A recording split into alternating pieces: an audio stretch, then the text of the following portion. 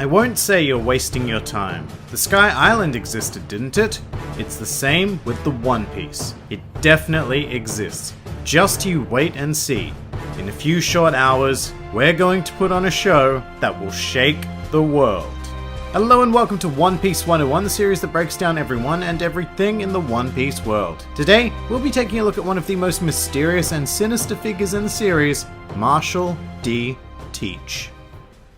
Marshall D. Teach is a rather large man in terms of height, width, and, well, depth, sporting an ever-impressive belly. In terms of physical appearance, he very much falls into the more commonly thought of image of a pirate, often seen wearing some sort of tattered shirt or jacket, with very unkempt hair, and carrying the pirate accessory starter pack consisting of multiple flintlock pistols and the ever-essential bottles of alcohol. You may have also noticed that Teach is one of the very rare characters in the series who carries the ominous middle initial D, and this is very intriguing because Teach doesn't generally exhibit the common character traits that other D characters in the series have, and Teach stands out as a bit of an inconsistency in regards to the will of D. With that said, Teach is quite inconsistently portrayed in the series as a whole. For example, sometimes he will appear to be exceptionally courageous, while on other occasions he can be very quick to exhibit cowardice. Similarly, at certain points in the story he can look quite fearsome and absolutely unbeatable, but during other portions Teach can look incredibly weak and just plain ridiculous. And this is all part of the enigma that is Blackbeard. However, one thing that is undeniable is that his personal actions have really been the driving force behind the meta-narrative of One Piece as we know it. And I have to mention right now that the primary reason why Teach does what he does is to achieve the goal of becoming the Pirate King. Now, I don't say that lightly either. There are a whole ton of characters in the series who dream of becoming the Pirate King, but Teach is a very serious candidate for the title, and we're about to examine why. At the age of 16, Teach became a member of the Whitebeard Pirates, captained by Edward Newgate, the biggest rival to the original Pirate King Gol D. Roger. Teach did this with one goal in mind, and that was to find a very specific devil fruit known as the Yami Yami no Mi, and he figured that his chances of coming across the fruit would be greatest as a member of one of the world's most fearsome pirate crews. And as one of the Whitebeard pirates, Teach grew to become exceptionally strong, and at some point even managed to hold his own against the Emperor Red-Haired Shanks. In fact, Teach is the person responsible for giving Shanks his scar, which was presumably caused by a metal claw that Teach used at the time. The fact that he was able to stand up to Shanks shows that Teach was more than likely hiding his true strength from his comrades. After 2 decades serving as part of Whitebeard's crew, the Yami Yami no Mi was finally found by the commander of the 4th Division, Thatch. And so, after 20 years of keeping up a charade, Teach finally showed his true self by murdering Thatch and stealing the Yami Yami no Mi for his own consumption. Teach then fled, gathering a crew of his own, and officially began using the name Blackbeard to terrorize the seas. One such incident of terror occurred on Drum Island prior to the arrival of the Straw Hats. The Blackbeard pirates sacked the kingdom, causing their monarch Wapol to flee and, rather ironically, liberate the kingdom from his tyranny. But Teach's first official appearance in the series occurred on the island of Jaya, when he and Luffy coincidentally met in a bar in Mocktown and instantly took a dislike towards one another, which almost led to a full-on fistfight. After Luffy and Zoro were beaten up by Bellamy in that very same bar, Teach encountered them again, and while he was sitting eating a bountiful supply of cherry pies, he then explained to Nami that Luffy and Zoro had actually won that fight, and in a rather inconsistent portrayal of such a villain, he then encouraged Luffy to follow his dreams, with one of the most iconic speeches in the series, where he claimed that people's dreams never die. Later on, Teach learned that Luffy had a bounty of 100 million berries on his head and planned to capture him. However, he was unable to procure the Straw Hat Pirates prior to their departure into the sky on the Knockup Stream.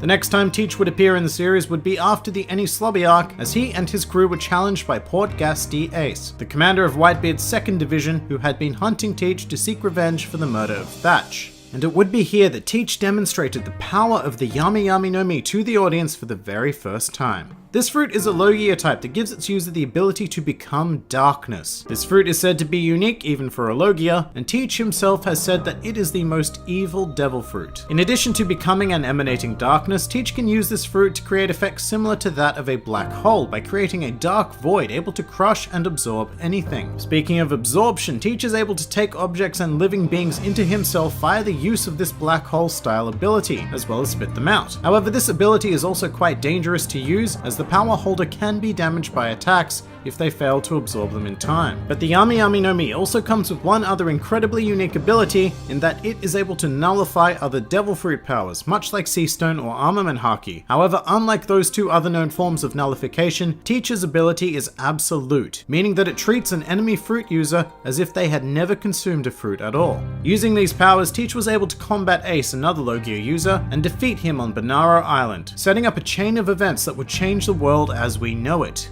Following this, Teach handed Ace over to the Marines in exchange for becoming one of the 7 Warlords of the Sea. However, Teach's time as a warlord would be very short, as he almost immediately used his influence to betray the world government and invade the underwater prison of Impel Down, just prior to the commencement of the Paramount War, a conflict between the Whitebeard pirates and the world government that Teach himself had incited through the capture of Ace.